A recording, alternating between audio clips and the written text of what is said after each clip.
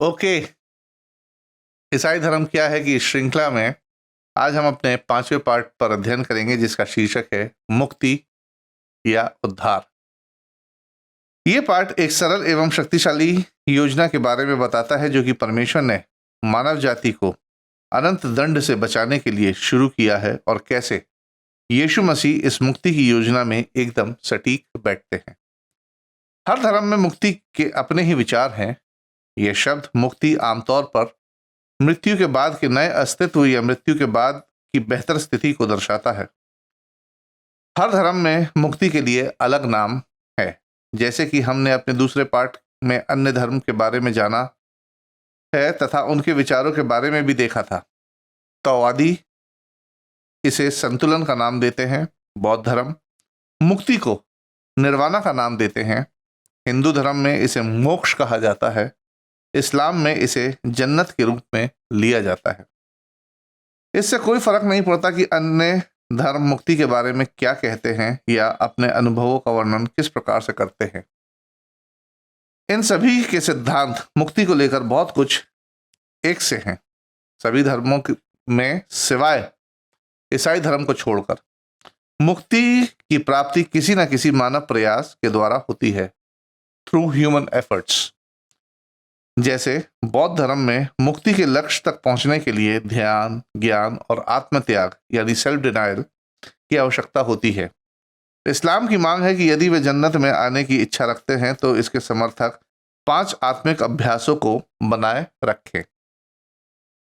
यह केवल 2 उदाहरण है, लेकिन अन्य सभी धर्म ईसाई धर्म को छोड़कर एक परम शक्ति के सामने अपने आप को स्वीकार्य बनाने के लिए कुछ नैतिक और धार्मिक नियमों की मांग रखते हैं और इस तरह मानव मुक्ति पाते हैं। मुक्ति के लिए हर धर्म का बुनियादी आधार एक सा है। जैसे मानव जाति दोषपूर्ण है और मृत्यु के अधीन है। परमेश्वर या कोई परम शक्ति इस दोषपूर्ण स्थिति को सुधारने के लिए ज्ञान और विधियों को प्रदान कराता है ताकि किसी तरह मानव दंड से बच सके। यह ज्ञान और विधियां धार्मिक अगुओं के माध्यम से मनुष्य तक पहुंचाई जाती हैं, जो आत्मिक अनुशासन को पढ़ाने और बनाए रखने द्वारा मुक्ति दिलवाते हैं। यदि कोई व्यक्ति अपने धार्मिक रीति रिवाज और नियमों के अभ्यासों में उत्साह रखता है, उनको पूरा करने के लिए कड़ी मेहनत करता है और अपने आप को तैयार करता है, तो वह मुक्ति रूपी पुरस्कार जीत सकता है।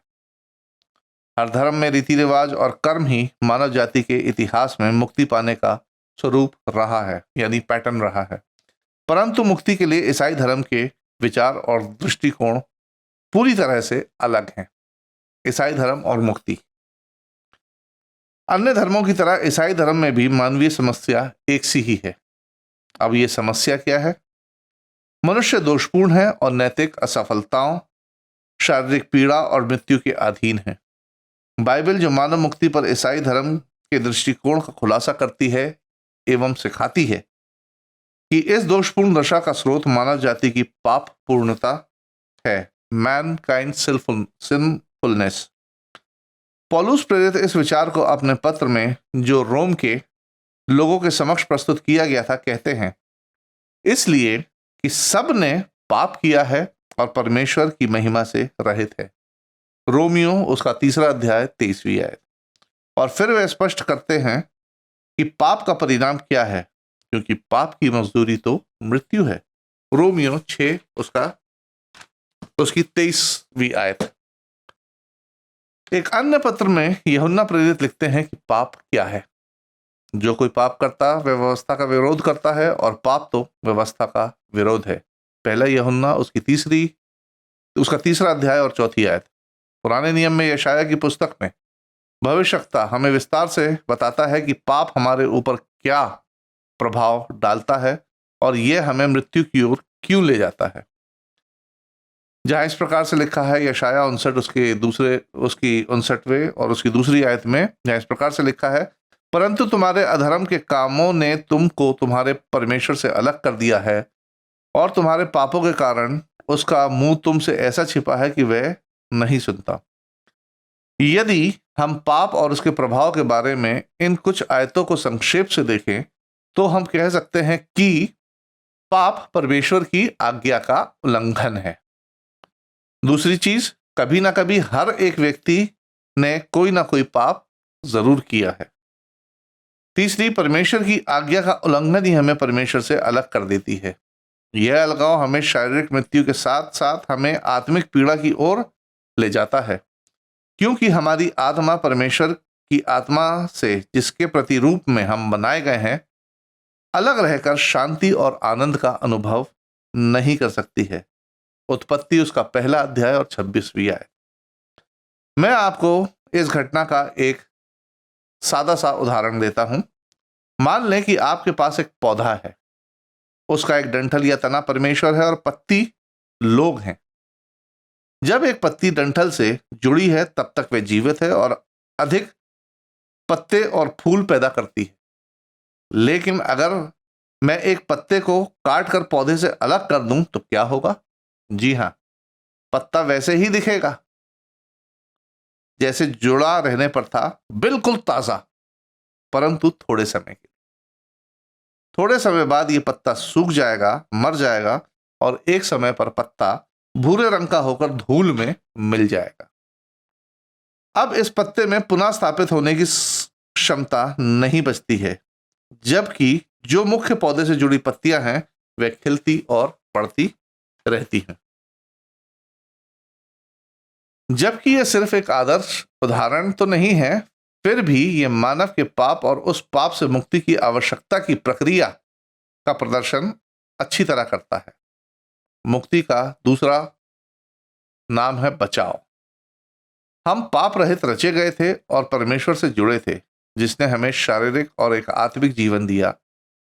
फिर हमारे आदि माता पिता और हम पाप कर बैठे और हमने परमेश्वर की आज्ञा एवं नैतिक और आत्मिक व्यवहार से संबंधित नियमों का उल्लंघन किया।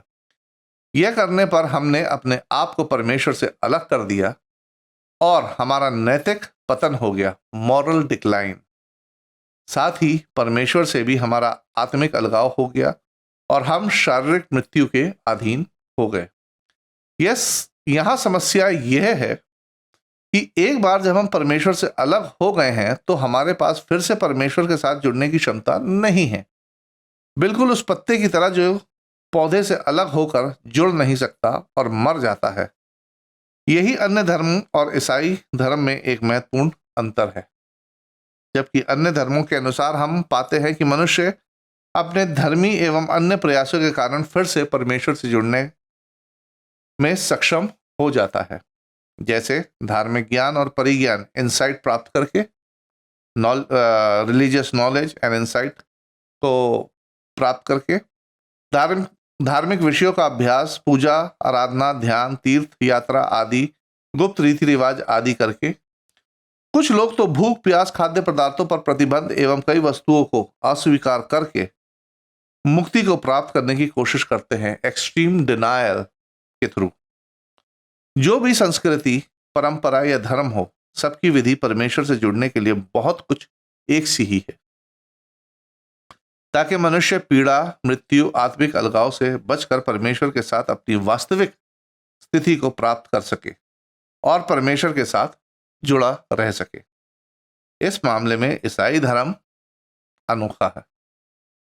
इसमें मनुष्य के बचाव व मुक्ति के लिए एक तरीका है जो मानव प्रयासों के आधार पर नहीं वरन परमेश्वर की क्रिया पर आधारित है। यानी मानव ने कुछ नहीं किया, परमेश्वर के थ्रू, परमेश्वर के एक्शन के थ्रू मुक्ति ईसाई धर्म में प्राप्त होती है। अब समाधान क्या है? मुक्ति की समस्या का समाधान क्या है? बाइबल हमें सिखाती है कि कैसे परमेश्वर हमारे पापों की वजह से हमसे अलग हुआ और स्वयं परमेश्वर ही हमें मृत्यु से बचाता है और हमारे लिए मुक्ति के द्वार को खोलता है। कैसे? परमेश्वर हमारे नैतिक ऋण का भुगतान करता है। गॉड पेज आवर मॉरल डेब्ट। हम जो भी पाप करते हैं, हम हर उस नियम को तोड़ते हैं जो परमेश्वर ने बनाया है और परमेश्वर के नैतिक कर्जदार बन जाते हैं।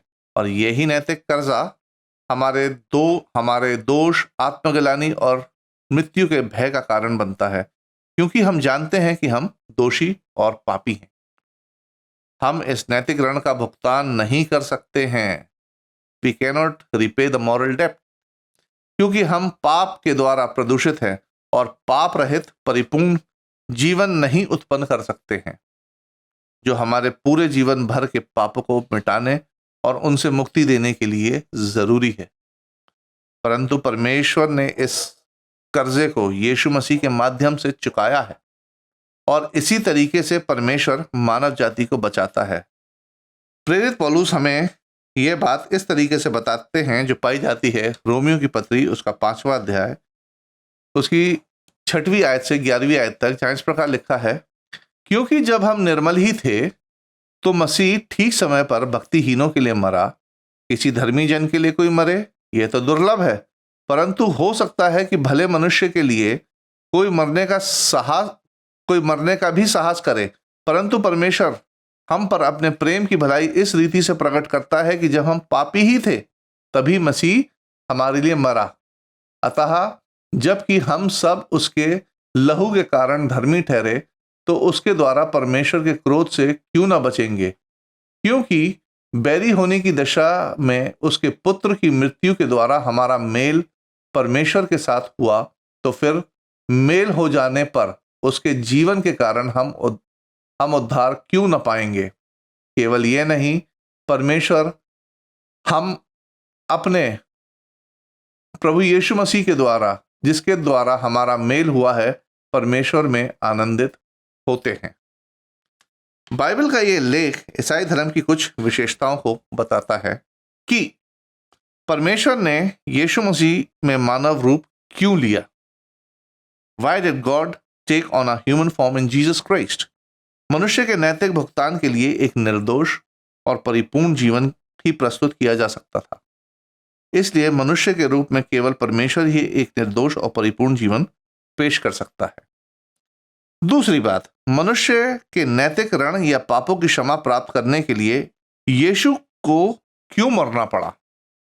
Why did Jesus have to die in order to obtain this forgiveness for men's moral debt? जी हाँ, क्योंकि पाप से छुटकारे के लिए मृत्यु की आवश्यकता थी, क्योंकि परमेश्वर के आत्मिक नियमों के अनुसार मानव को पापों से क्षमा एवं मुक्ति केवल मृत्यु के द्वारा ही मिल सकती है।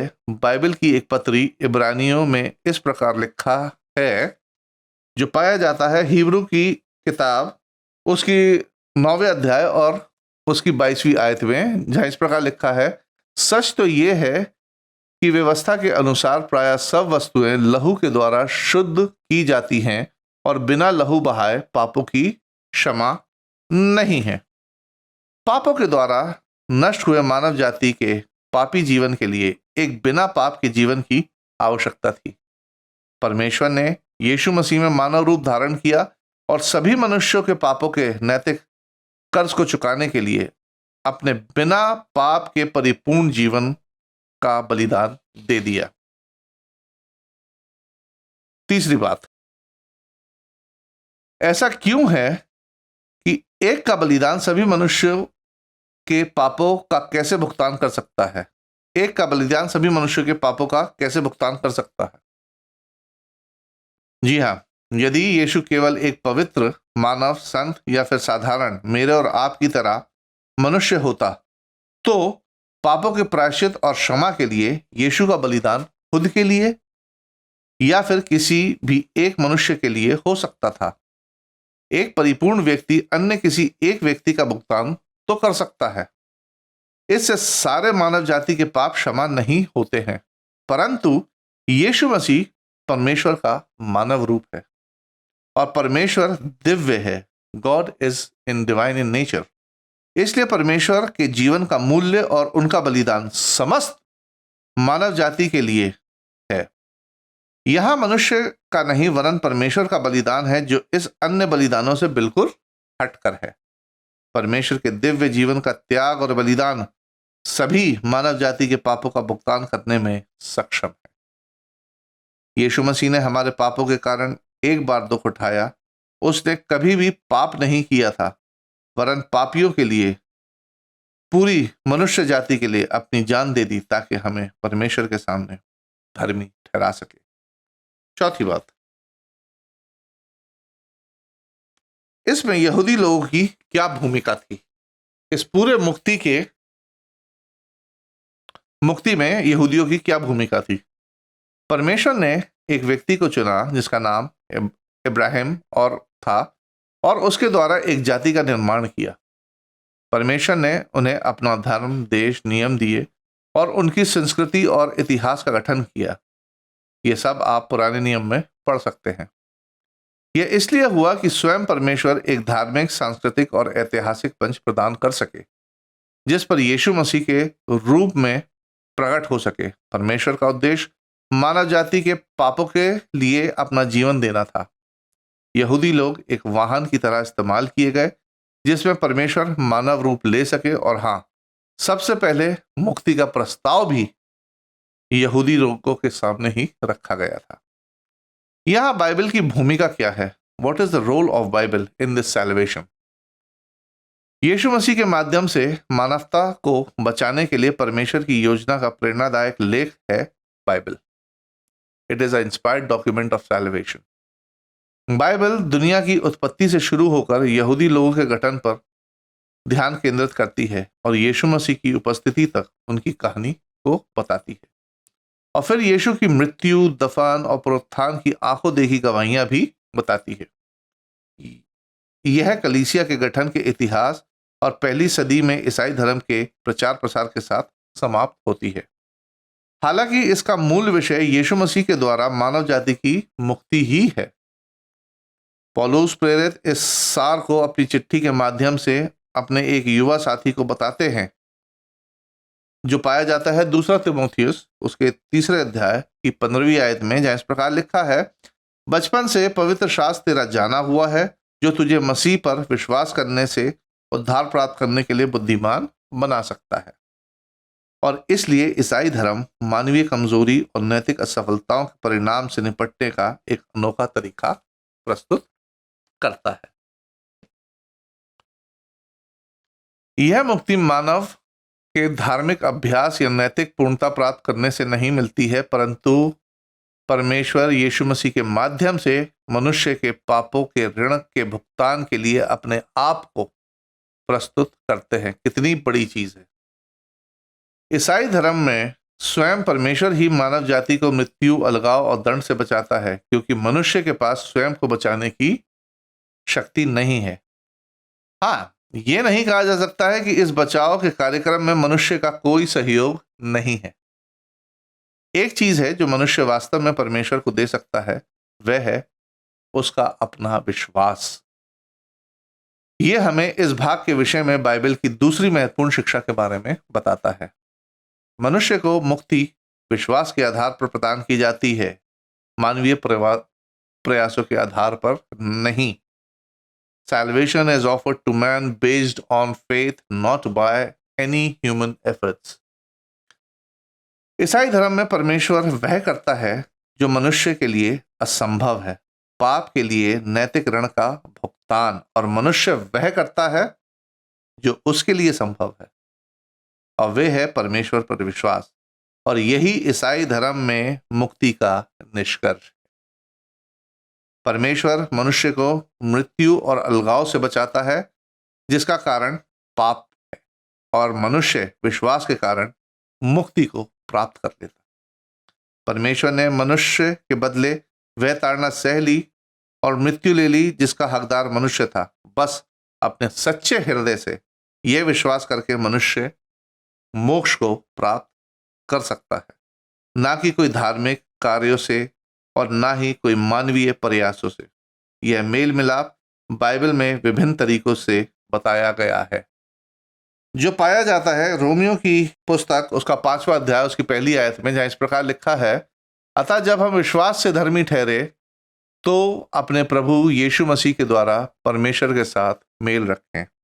फिर यूहन्ना 3:16 जो बहुत प्रचलित आयत है ईसाई समाज के लिए, वहां इस प्रकार लिखा है, क्योंकि परमेश्वर ने जगत से ऐसा प्रेम किया कि उसने अपना इकलौता पुत्र दे दिया, ताकि जो कोई उस पर विश्वास करे वह नाश न हो परंतु अनंत जीवन को प्राप्त करे। अगर हम इसी पाठ में इस्तेमाल किए गए पौधे के उदाहरण पर वापस जाते हैं तो ईसाई धर्म में ऐसा लगता है जैसे परमेश्वर मुख्य पौधे से अलग की हुई उस शाखा को लेकर वापस मुख्य पौधे में जोड़ देता है। अक्सर लोग क्षतिग्रस्त पौधे और पेड़ के साथ ऐसा ही करते हैं और इस प्रक्रिया को संशोधन या कलम कलम बांधना कहते हैं, ग्राफ्टिंग। इसमें एक कलम को काटकर एक कटी हुई शाखा से जोड़कर लपेट दिया जाता है और कुछ समय बाद अलग हुई हुई शाखा पौधे के साथ जुड़कर फिर से बढ़ने लगती है। इस तरह परमेश्वर भी हमें अपने आप से वापस जोड़ लेता है और वह जोड़ने वाला तत्व कुछ और नहीं परंतु सिर्फ विश्वास है। यही ईसाई धर्म का मुख्य सिद्धांत भी है। विश्वास के कारण मुक्ति, और वो भी परमेश्वर के अनुग्रह के द्वारा। दूसरे शब्दों में कहें तो परमेश्वर की दया और अनुग्रह के कारण वह हमें यीशु मसीह पर विश्वास के आधार पर मुक्ति प्रदान करता है, ना कि व्यक्तिगत भलाई या मानवीय प्रयासों के आधार पर। पौलुस प्रेरित बाइबल के माध्यम से कहते हैं, जो पाया जाता है रोमियो की पत्री उसका 3 अध्याय उसकी 21 और 22वीं आयत में, जहां इस प्रकार से लिखा है, परंतु अब व्यवस्था से अलग परमेश्वर की वह धार्मिकता प्रकट हुई है जिसकी गवाही व्यवस्था और भविष्यवक्ता देते हैं, अर्थात परमेश्वर की वह धार्मिकता जो यीशु मसीह पर विश्वास करने से सब विश्वास करने वालों के लिए है, क्योंकि कुछ भेद नहीं। बेशक ईसाई धर्म के कई पहलू और ब्यौरे हैं जिनके बारे में इस पाठ में उल्लेख नहीं किया गया है, जिनकी चर्चा हम आगे आने वाले 2 पाठों में जरूर करेंगे। परंतु मुक्ति का यह विषय कि कैसे परमेश्वर के द्वारा यह योजना निर्मित की गई और कैसे मनुष्य द्वारा मुक्ति प्राप्त की गई, बाइबल और ईसाई धर्म की यह मुख्य शिक्षा है। अब कुछ सवाल हैं जो स्वाभाविक रूप से इस शिक्षा से उत्पन्न होते हैं, और वे सवाल क्या है कि विश्वास क्या है और हमें क्या विश्वास करना है। What is faith and what exactly are we to believe? विश्वास की एक सरल परिभाषा है कुछ चीजों को सत्य के रूप में स्वीकार करना। ईसाई धर्म में माना जाता है कि यीशु मसीह परमेश्वर का पुत्र है। जब विश्वास करने के लिए चुनौती दी गई तो पतरस, जो प्रेरितों में से एक था, ने ईसाई विश्वास के सार को प्रदर्शित किया जब उसने कहा कि तू, मतलब यीशु मसीह, जीवते परमेश्वर का पुत्र मसीह। ये पाया जाती है आयत मत्ती उसकी 16:16। बाइबल में ऐसी कई अन्य शिक्षा और ईसाई विश्वास के विवरण हैं जो जानने, समझने और विश्वास करने योग्य हैं। यद्यपि मुक्ति या उद्धार के लिए आवश्यक है कि हम यीशु मसीह पर विश्वास करें और इसी विश्वास से हमें मुक्ति को प्राप्त कर सकते हैं, और इसी विश्वास के द्वारा हम मुक्ति को प्राप्त कर सकते हैं कि यीशु मसीह की मृत्यु हमारे पापों का भुगतान करती है, और हमारा ये विश्वास हमें परमेश्वर के आगे सही एवं योग्य ठहराता है। मुक्ति में पश्चाताप और बपतिस्मे की क्या भूमिका है? बाइबल में विश्वास पश्चाताप और बपतिस्मे के साथ जुड़ा हुआ है। पश्चाताप दिल के परिवर्तन को दर्शाता है कि आप अविश्वास और पाप से हटकर या मुड़कर परमेश्वर की आज्ञा यानी बाइबल के अनुसार जीवन जीना शुरू करते हैं। और बपतिस्मे का अंग्रेजी अनुवाद बैप्टिज्म एक यूनानी शब्द से आता है जिसका अर्थ है पानी में डुबकी या विसर्जित होना।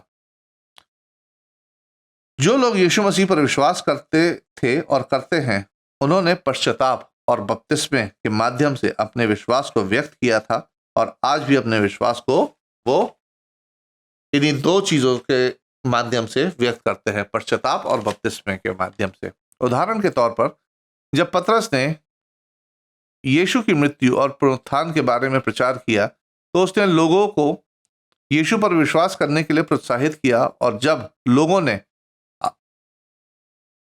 अपनी प्रक्रिया जाहिर की और पूछा कि ये कैसे करना है, तो पतरस ने कहा, मन फिराओ और तुम में से हर एक अपने अपने पापों की क्षमा के लिए यीशु मसीह के नाम से बपतिस्मा ले, तब तुम पवित्र आत्मा का दान पाओगे।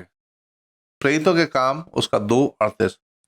बाइबल में पौलुस के बपतिस्मे से पहले हनन्याह ने पौलुस से कहा, अब क्यों देर करता है, उठ, बपतिस्मा ले और उसका नाम लेकर अपने पापों को धो डाल। प्रेरितों के काम 22:16। संक्षेप में, परमेश्वर यीशु मसीह के बलिदान के माध्यम से मुक्ति या उद्धार देता है और हम विश्वास के द्वारा अपने पापों की क्षमा के लिए यीशु के बलिदान को स्वीकार करते हैं। साथ में यह विश्वास करते हैं कि यीशु मसीह परमेश्वर का पुत्र है। जब हम ऐसा करते हैं तो हम परमेश्वर की इस मुक्ति की योजना को बड़े विश्वास के साथ पश्चाताप और बपतिस्मे के माध्यम से व्यक्त करते हैं। कौन इस मुक्ति को पा सकता है? Who can become a Christian and when can a person be baptized? यीशु ने इस सवाल का जवाब दिया जो बाइबल की एक पुस्तक मरकुस रचित सुसमाचार में दर्ज है, जहाँ इस प्रकार लिखा है, तुम सारे जगत में जाकर सारी सृष्टि के लोगों को सुसमाचार प्रचार करो। जो विश्वास करे और बपतिस्मा ले उसी का उद्धार होगा, परंतु जो विश्वास ना करे वह दोषी ठहराया जाएगा। यीशु ने स्वयं ही कहा है कि मुक्ति, उद्धार या मोक्ष की अच्छी खबर सभी के लिए है। जो कोई विश्वास करता है और बपतिस्मा लेता है वह बच जाता है।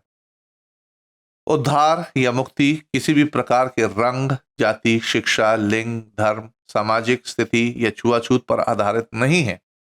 हालांकि यीशु मसीह ये भी स्पष्ट करते हैं कि जो लोग विश्वास करने से इनकार करते हैं उनकी मुक्ति किसी भी अन्य तरीके से नहीं हो सकती है। इसका मतलब यह है कि जब हम विश्वास में आते हैं तो हमें उस विश्वास को जाहिर करने में संकोच नहीं करना चाहिए, जिस तरीके से परमेश्वर चाहता है, पश्चाताप और बपतिस्मे के माध्यम से। जैसा कि हम मुक्ति के इस पाठ के अंत में हैं, तो मैं श्रोताओं को प्रोत्साहित करता हूं कि उन्हें यीशु मसीह पर और उसके बलिदान पर विश्वास करना चाहिए, क्योंकि मुक्ति और उद्धार केवल यीशु मसीह ही प्रदान कराते हैं। यदि अभी तक आपने अपना विश्वास जाहिर नहीं किया है तो कृपया जल्दी अपना विश्वास पश्चाताप और बपतिस्मे के माध्यम से व्यक्त करें। कहीं ऐसा ना हो कि आपके सोचते सोचते तक देर हो जाए। परमेश्वर आपको आशीष दे। अभी के लिए हमारा ये पाठ यहीं समाप्त होता है। हम अगले पाठ में मिलेंगे जिसका शीर्षक रहेगा कलीसिया, चर्च। तब तक के लिए आप सभी को जय मसीह।